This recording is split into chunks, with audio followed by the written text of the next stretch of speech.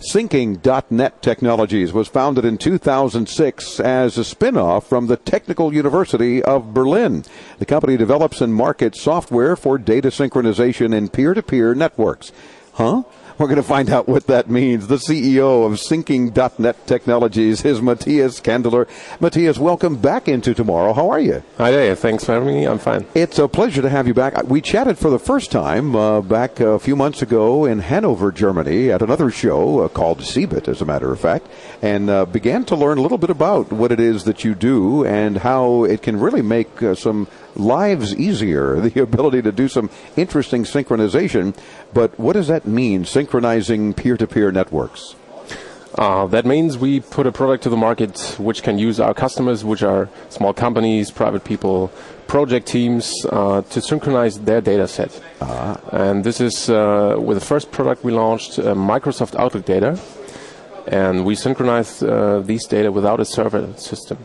Without a server system. Because one would generally think if you're having to get a lot of people together and literally synchronize something, some server, some machine somewhere has to be doing the work, but not so.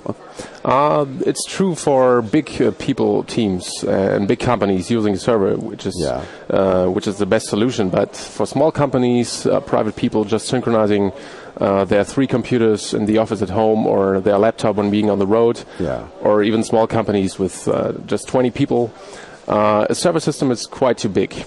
It costs a couple thousand euros or dollars to set up and maintain such a system, and we saw this market as a very huge one around the whole world. So we developed this software, introduced it early this year, where we spoke about at the CeBIT in March. And we got a quite good response and feedback out of the market. Gathered almost 900 customers so far, and they told us we're on the right path, and we continue. Excellent. Now, this is just where you launched the synchronization of Microsoft Outlook originally, and I'm assuming it does everything that Outlook does, so that we can synchronize calendars and emails and all sorts of things to make our lives easier. Every element, every field in Outlook, every email appointment and contact, everything you can imagine. And can you give us a clear example, especially from a consumer standpoint, where you think it would come in handy and how some of those features would work? Yeah, just imagine a calendar. The team is working, distributed all over the world. Like we do, we are a software developer, have some developers all over the world, in Canada and Spain, in Russia, and we have to coordinate our appointments and our projects. And we have a team calendar where we put on all the dates and the deadlines we have to meet. And we use our software to synchronize these data, and it's very easy to extend the network. And we don't have a server in the office or anywhere else. And we have all our data on our machines where they belong and not on third-party servers where they are not very safe. Exactly. And not secure in many ways, whether it's safe that the data is saved properly or secure that someone doesn't get that information. It's better to keep it in home, right? Correct, to keep it close to our hearts, especially if it's a small business environment. Exactly. And let's talk about backup then. Does it also play a role in backing up all of this important data in some way that we're synchronizing, and yet we have the ability to, should someone misplace or unsync somehow, can they get back in easily? Is it, can they retrieve the data? Yeah, and the first step, it's a backup system in itself, because all the data are stored locally on each machine you involve into the network. So if you have a network of 20 peers, that are 20 computers, you have 20 copies of the whole data set. And that is a backup for itself with a safety of 20 instances of data. So it's very safe compared to one single location where your data is stored. And so you have just one single point of failure with the service system. Gotcha. How do you price this service? How does it work from a consumer or small business standpoint?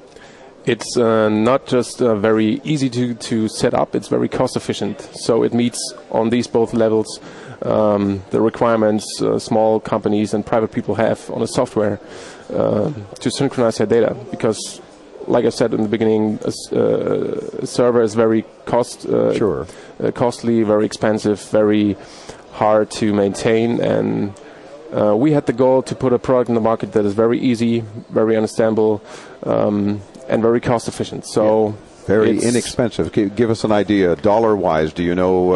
Right now it's 79 euros per peer. Okay. A one-time fee, and this will also be the price for our new product we want to launch end of the year.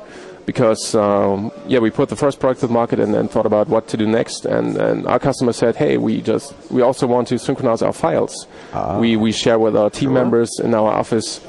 So more than just Outlook, now we're talking about individual files on a computer. Share them and synchronize them as well. Correct. Offering then a synchronization solution to sync almost 100% of the whole data set small companies want to synchronize, which are files, which are PIM data.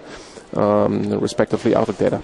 And you're saying that's available by the end of this year? Yeah, and we want to start the beta test market in early October. So people who are interested can subscribe and test our software up front. And end of the year, we want to launch the complete new product. Excellent. Well, continued good luck to you, Matthias, because you have something interesting and off the beaten path, but certainly able to help a lot of folks. Syncing.net. It's SYNCING. Syncing, just what you're doing, .net. Come by our site. We'll get you to Matthias's site. Thanks very much for joining us, and we'll look forward to catching up with you in another city around the world again. I'm looking forward to it. Thanks, Dave. Terrific. Thanks. We're back with more from Berlin, Germany. This is IFA 2007 on Into Tomorrow, and or vice versa. It's all on the Advanced Media Network. I'm Dave Graveline. Don't go away.